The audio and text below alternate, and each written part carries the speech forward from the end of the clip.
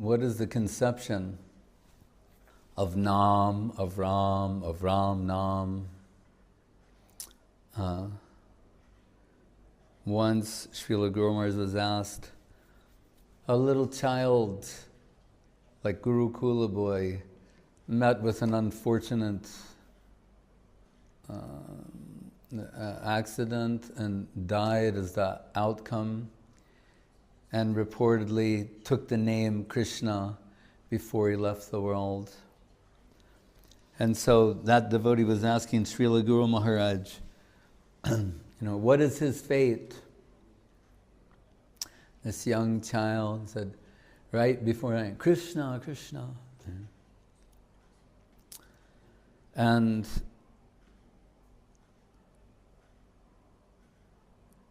Srila Guru Maharaj said, it depends upon what his conception was. And he just sort of told the naked truth. He said, what is his conception? Is yam yam bhavam, what? No. Tyajante tam tam evoite kontiya sada tad bhava bhavitaha yan yam bhavam smaram bhavam. It's another word, yam yam. Mentioned in the Bhagavad Gita, at the time of leaving this world, smaran bhavam means what you can say, it's what you're thinking of that time. Or it can also mean the remembrance in the heart. And there's two schools of thought about this. One is that literally what you're thinking of at the time of death. And then there's the other notion that the cumulative effect of lifelong thought and remembrance and culture. And we would be more inclined to accept that. Srila Prabhupada, he used to like to quote this verse, I believe it's from King Kulashekar, where he says, Krishna tadiya parapankaja panjarantam adyeva vesatume manasa raja hangsa pranak prayama samaye kapabata pittai kantavaro danavido smaranam kutaste. It says manasa raja hangsa, which is an interesting concept. He said, may the swan of my mind dive into the stem of the lotus, of your holy lotus feet. Something like that. Krishna tadiya para pankaja. Pankaja means the lotus, pankaja.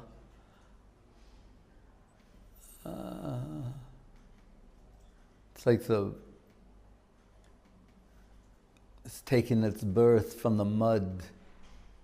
Lotus has many different names. Ambuja, sitting on the water, Padma, Kamala. There are many different words to indicate lotus, but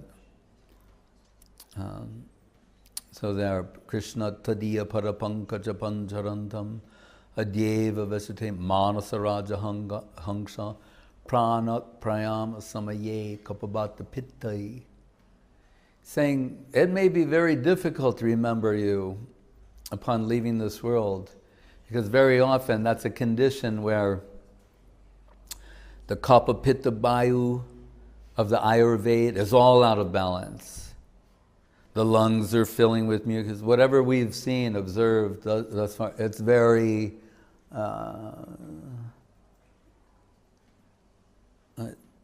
dislocating, imbalancing. Right? So that at that time, one's going to have the presence of mind to remember Krishna in some profound way. King Kulashekar is saying, maybe not.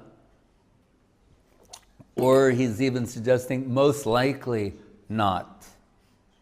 So what he's saying in this sloka, now, while I'm relatively healthy, let me, if I can remember your lotus feet now, that will be good. Because at that time, I think it's going to be very difficult. Right?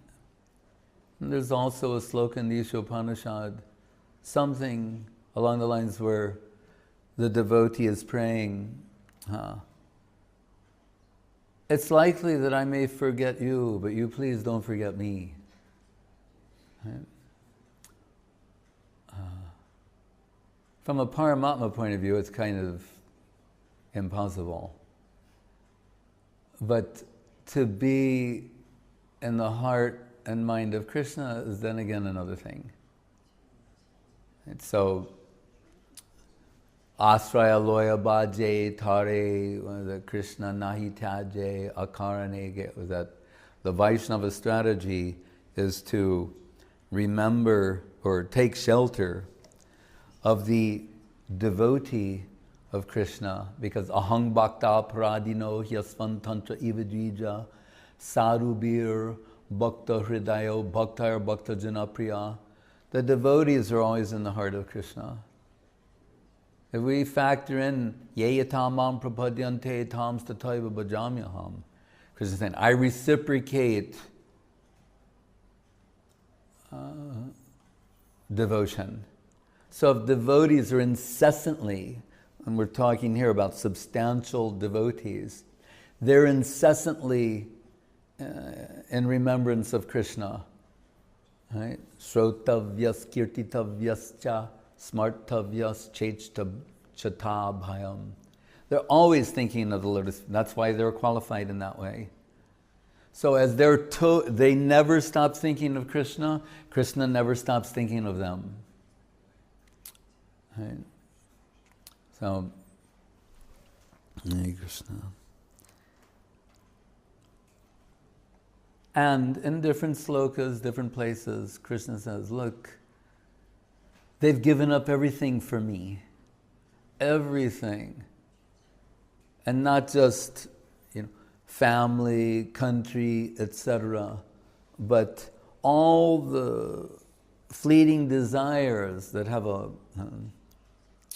that are pulling the soul in different directions, they've also, by remembrance of me and being fixed to my service, and the service of the lotus feet of my devotees, given that up too. They've given up everything for me. How could I ever give them up? Right? When Shrivas Thakur his son died during a kirtan and he did not disturb Mahaprabhu. Tried to calm his wife and the other ladies there. They said, your son died. He said, Mahaprabhu is in the next room in divine ecstasy. We don't want to disturb his mood. Later, Mahaprabhu, in praise of Srivas Thakur, he said, where are you going to find someone like that?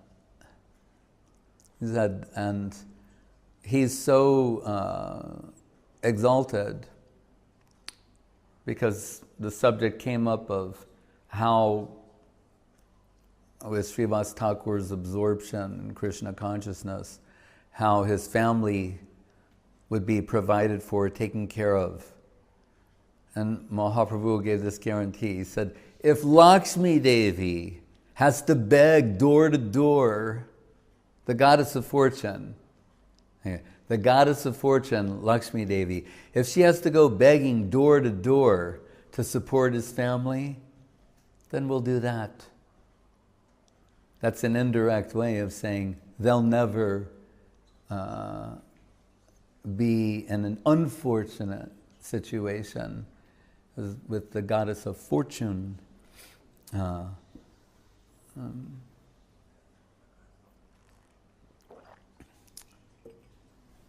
Appreciating their steadfast devotion to the lotus feet of Mahaprabhu, of Krishna, Guru, Gauranga, Radha, Govinda. So, Srila Guru Maharaj will say, it depends upon your conception.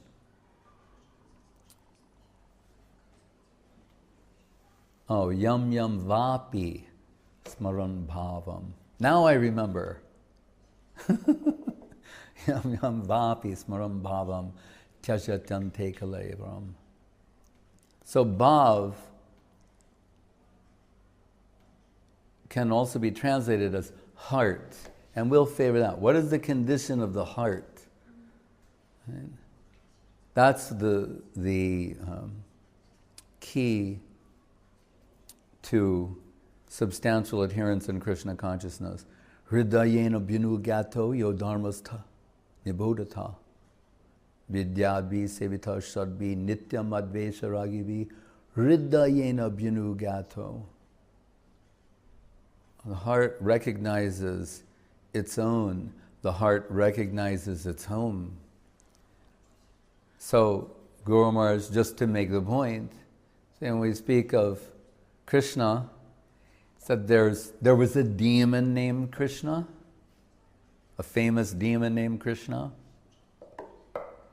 Right? We know there's a famous demon named Dr. Radha Krishna. Oh, can we back that? Or we can like rewind. We can, or something can come over my mind and go, yeah, Dr. Radha, his name is Radha Krishna. Oh, how auspicious. The most inauspicious person you can imagine. This is not, to put on the, there should be a thing on the screen that says, not for distribution in India. He was the president of India. Why do I say this? Because Prabhupada used to get furious at his perverted interpretation of Bhagavad Gita, where he'd say, it is not to the person Krishna, when it says, Sarvadharmam parityajya mamekam sharanam braja, or manmana bhava mad bhakto madhyaji mam namaskuru, surrender to me, become my devotee, think of me. He says, this is not to the person Krishna, to whom we are to surrender ourselves utterly, but to the impersonal, unborn, who's speaking through Krishna. That would make Prabhupada furious, because it is to deny. You'll think, why? Why? Because it's to deny the personality of Godhead. In the Chaitanya Bhagavad, also Mahaprabhu, when he takes Varaha Bhav at the house of Shrivas Thakur, at one point he says, there is some Mayavadi in Benares, Prakasananda Saraswati, who is trying to mutilate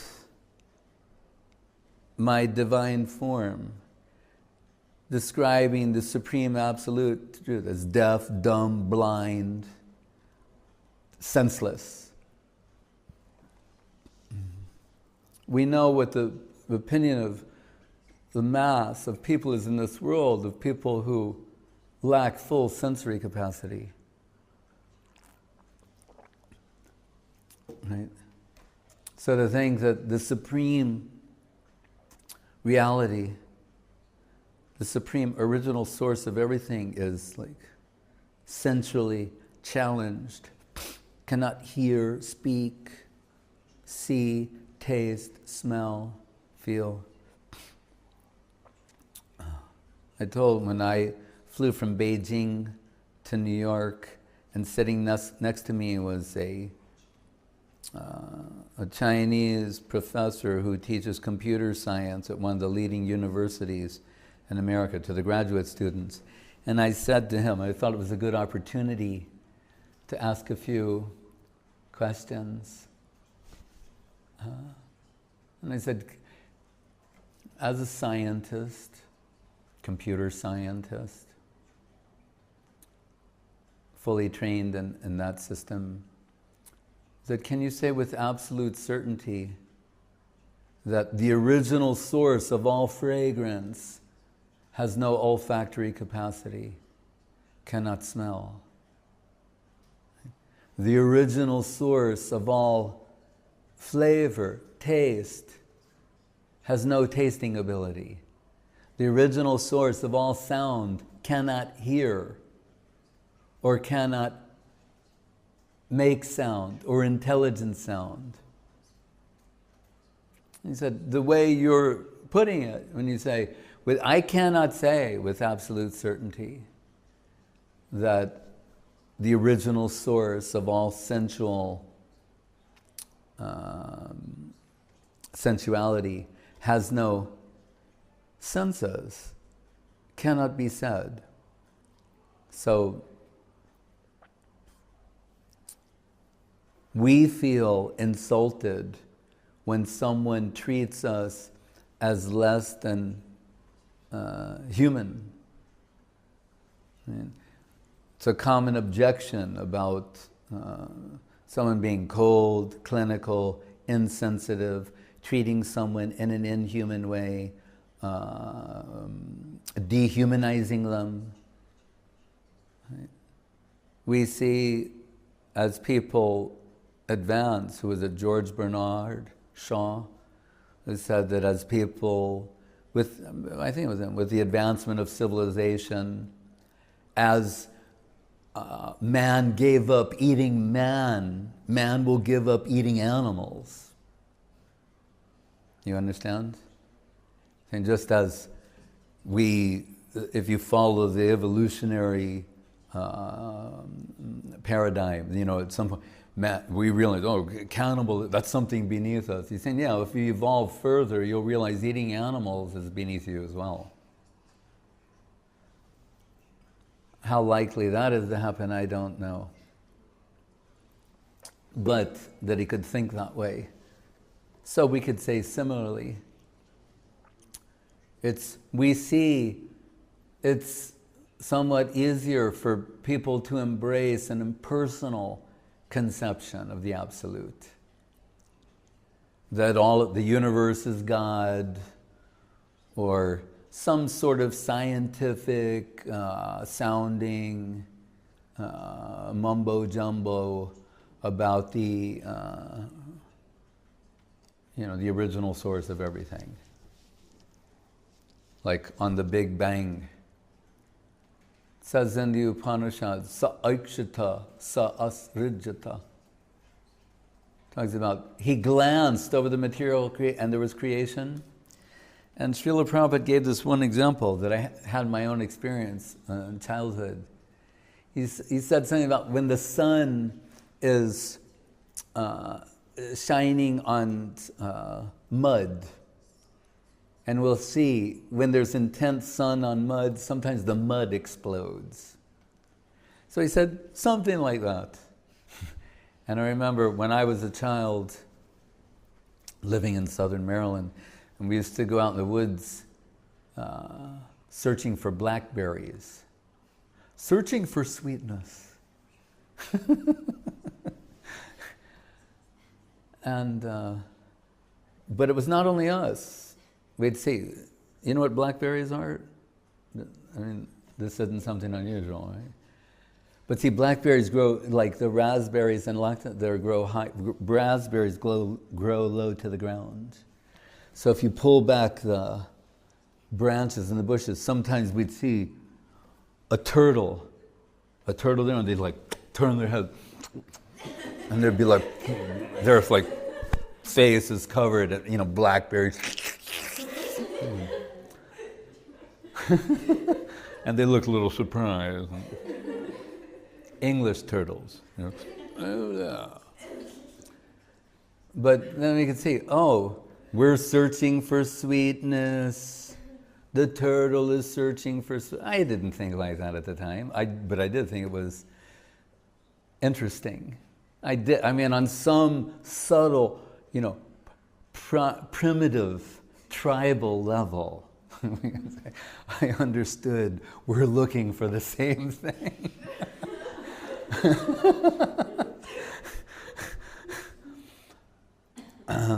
But I had to bend down to get he had to look up. So Guru Maharaj will say, everyone is searching for sweetness. Right? The ants are searching, the turtles are searching for sweetness. We're also searching for sweetness. But on the way to those blackberry bushes, sometimes you'd see like mud flats. And you'd see the hot sun shining on that mud, and in certain areas, the mud would explode. Therefore, sa aikshata, sa asrijata means he glanced over the material nature, and you can say it exploded with creation, if you wish. But just the idea that someone can say with a straight face that the way the original source of everything was an explosion, just as modern as it may sound from one point of view, I think from another point of view, it sounds childish and primitive. But that's something else. So why did I say that? Oh, so there's a demon named Krishna. There's a Vaikuntha Krishna.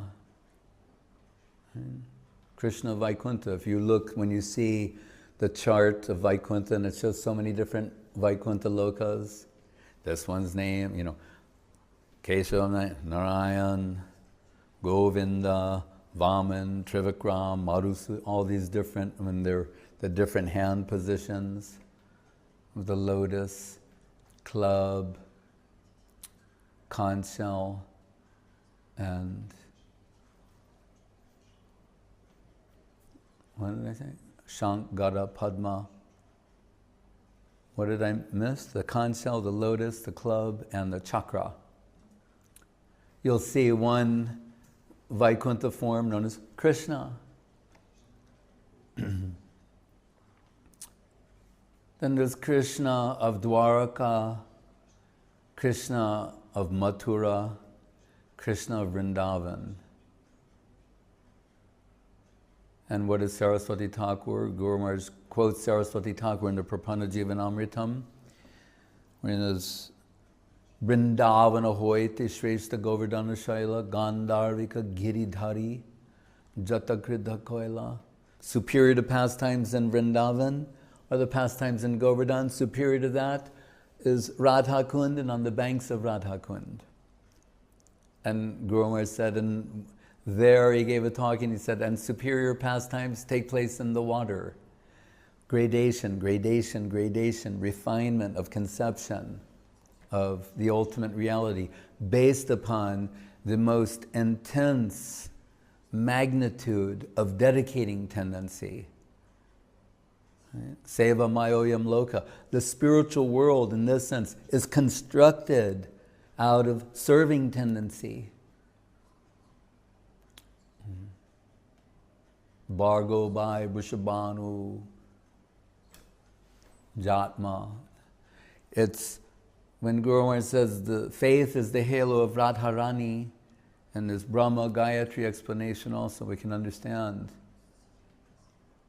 the spiritual world is a construct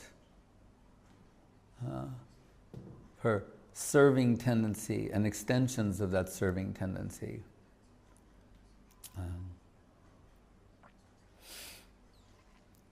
Radha Padman Kitadam Vrindavan Jaranam. And Anyera Hridoyaman Moraman Vrindavan. Srimati Radharani, voiced by Mahaprabhu at the Rath Yatra, saying, for most people, their mind and self are more or less identical. Said, my mind or heart and Vrindavan are identical. So in that sense, we can understand it as a construct. Ananda Chinmaya Rasa Pratibhavitavis Taibirja Eva Nijarupataya kalavi goloka eva nivisatya kilatma bhuto govindamari purusham tamaham bhajami. Extending, expanding for increased serving capacity. Guru Maharaj said, that is Krishna Prem. Das kori veton mori deho premadan. Let me serve, and what's my veton? Salary? Increased serving tendency. Just like the classic example of a capitalist is someone who, when interest is generated from the capital, what do? They add it to the capital. To increase the capital, it will mean an increase in interest. Then take that interest and expand the capital. The interest becomes great in this way. So he's saying for an actual devotee, that's their thinking. They're not thinking, when can I reap the benefits of seva in the form of divine ecstasy? Right? I want to taste those fruits. Bhaktivinoda Thakur says that sort of mentality will preclude one from tasting anything substantial.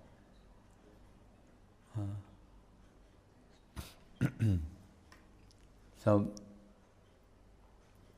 when Srila Guru Maharaj came to the lotus feet of Srila Saraswati Thakur,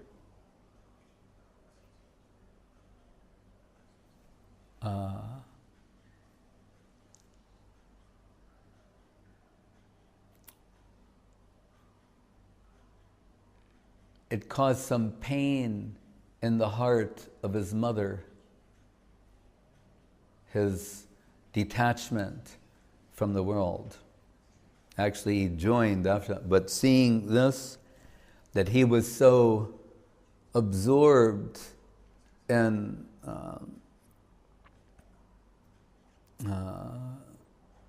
kirtan that her affectionate name for him was Ramu.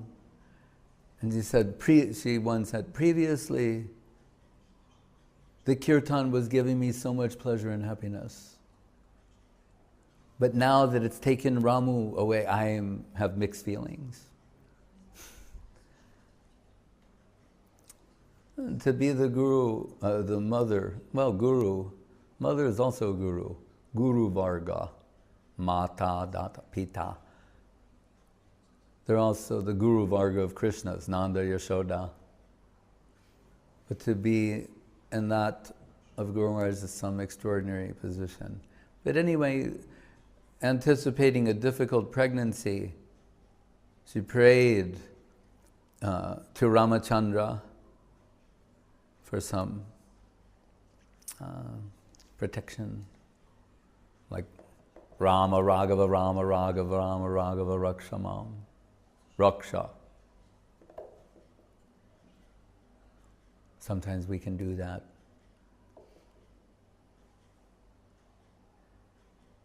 So when he was born, he was given the name Ramendra Chandra, surname Bhattacharya. So Ramendra Chandra. When he came to the lotus feet of Saraswati Thakur,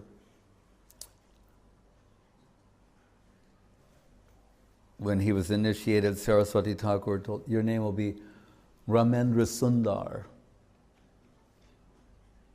So after the initiation, Ananta Vasudev Prabhu asked Srila Guru Maharaj, what type of Harikatha Prabhupada gave at the time of your initiation? And Guru Maharaj, with his extraordinary capacity to accurately substantially reproduce what was heard, he told that when he mentioned it, Ramendra Sundar, Guru Maharaj said, and this Rama, how shall we conceive?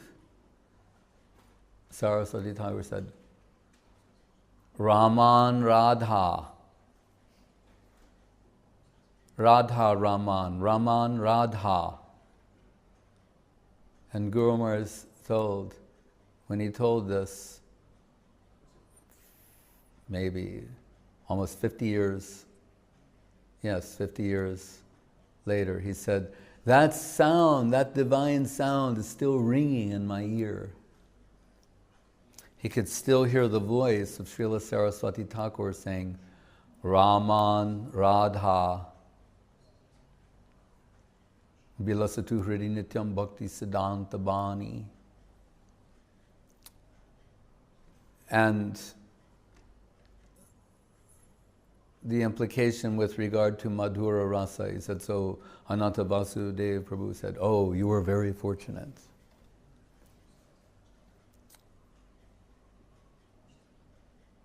So although conceptually people may take it in different ways, under the influence of Srila Guru Maharaj's thinking, you'll take it Hare Krishna, Krishna Krishna, Hare Hare, Hare Rama, Rama Rama, Hare Hare. That Rama means Raman Radha, Raman Radha, Radha Raman.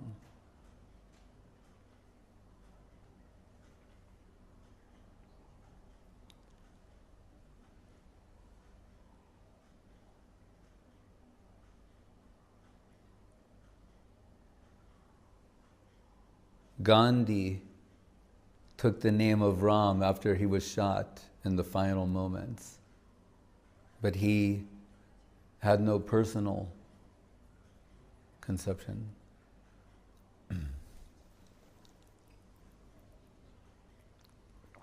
As we find Mahaprabhu, on account of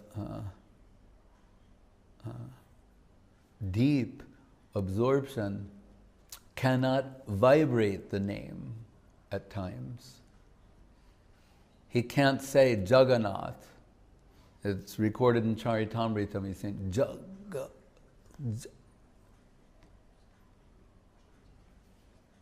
So in one instance, total absorption and an inability to express, and the other, something has been expressed or vibrated that may not have a touch of that divine substance. Vaikuntha Nama Grahanam. Guru Maharaj liked to quote from the Ajamil chapter in the 6th canto of Srimad Bhagavatam. What is important? Is it Vaikuntha Nam? And here Vaikuntha means spiritual in its color, characteristic, substance. Vaikuntha Nama Grahanam. Is that what it is? Sevan mukhe hijjavarushayam eva spurtyada. Is it infused with the serving tendency? Or Namakar Bahiroy Bata Namakabunoi. Jagadananda Panda Prema Bibarta. A fan of the Prema Vivarta.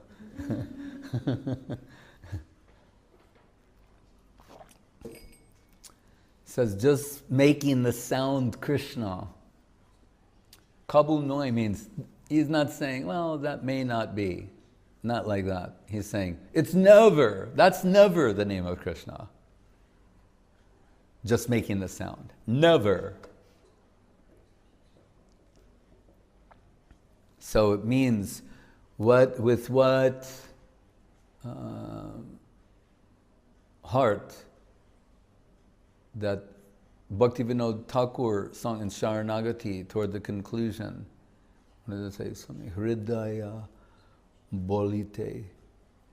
Guru Maharaj said, here this Bala means like Bala, power. Means the holy name. Having heard the holy name from the Vaishnava and under the influence of that conception, that current, the heart when saturated with serving tendency and under the influence of the Krishna Nam of a substantial Vaishnava, expresses Krishna Nam, then the name is dancing on the tongue. And we see the effects described there by Bhaktivinoda Thakur. That is substantial Krishna Nam.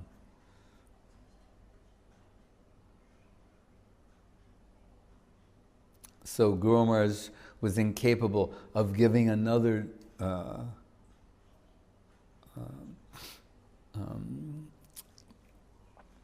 determination for the sake of being polite,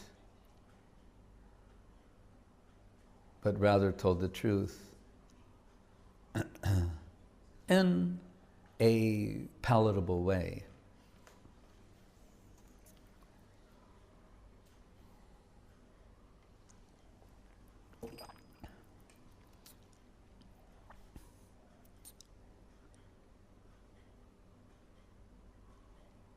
Even in this world, we can tell the difference how someone calls your name, whether it's affectionately, absent-mindedly, offensively, neutrally, with feeling, the total absence of feeling, with the wrong feeling. We're capable of this type of observation. So if we go back to my original presence, Krishna would be minus that.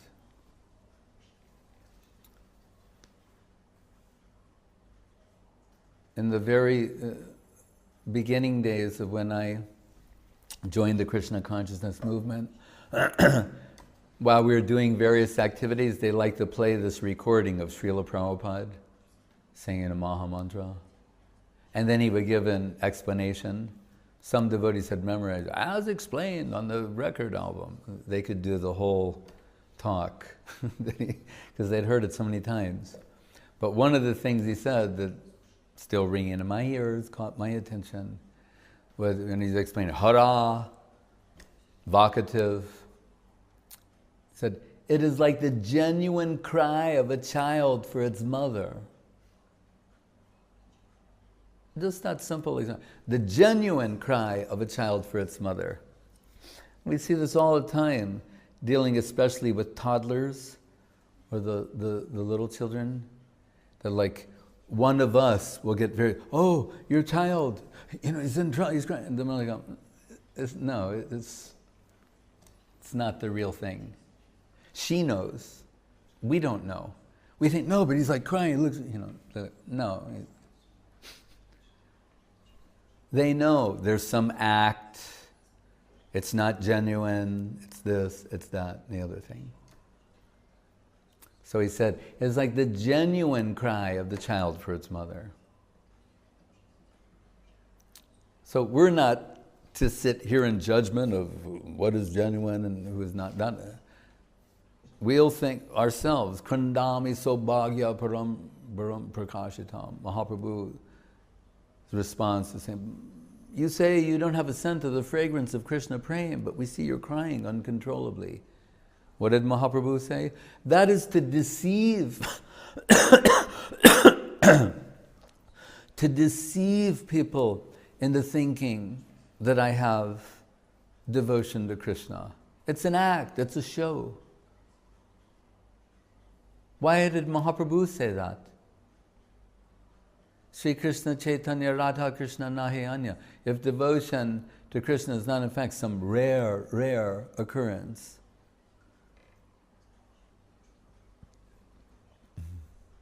Kotishvapi Mahamuni, 1 in 10 million. And Guru Maharaj said, even that is too many. He thought 1 in 10 million was too many.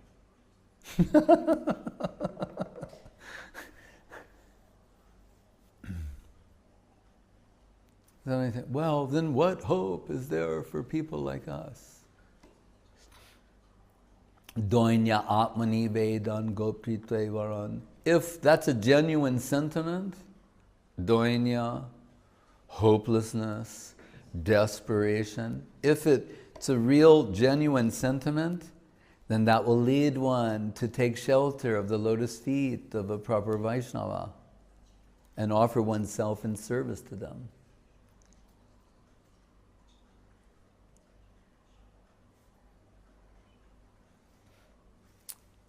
Therein lies our hope. When in SoCal once, when Srila Gurudev was there, he made this comment I forget the context, but he said, when we're taking Krishna Nam on the Tulsi beads and counting, he compared the Tulsi beads to holding the lotus feet of Tulsi Devi. And he said, because maybe Krishna doesn't like me. He said, maybe I did something wrong and Krishna doesn't like me. That's what he said. He said, but if I hold the lotus feet of Tulsi and I take the name of Krishna, then I have some hope.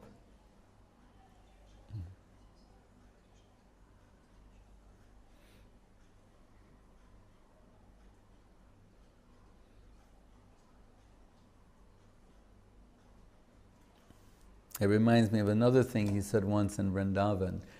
He said, if Krishna doesn't want to reveal himself to someone, why should I?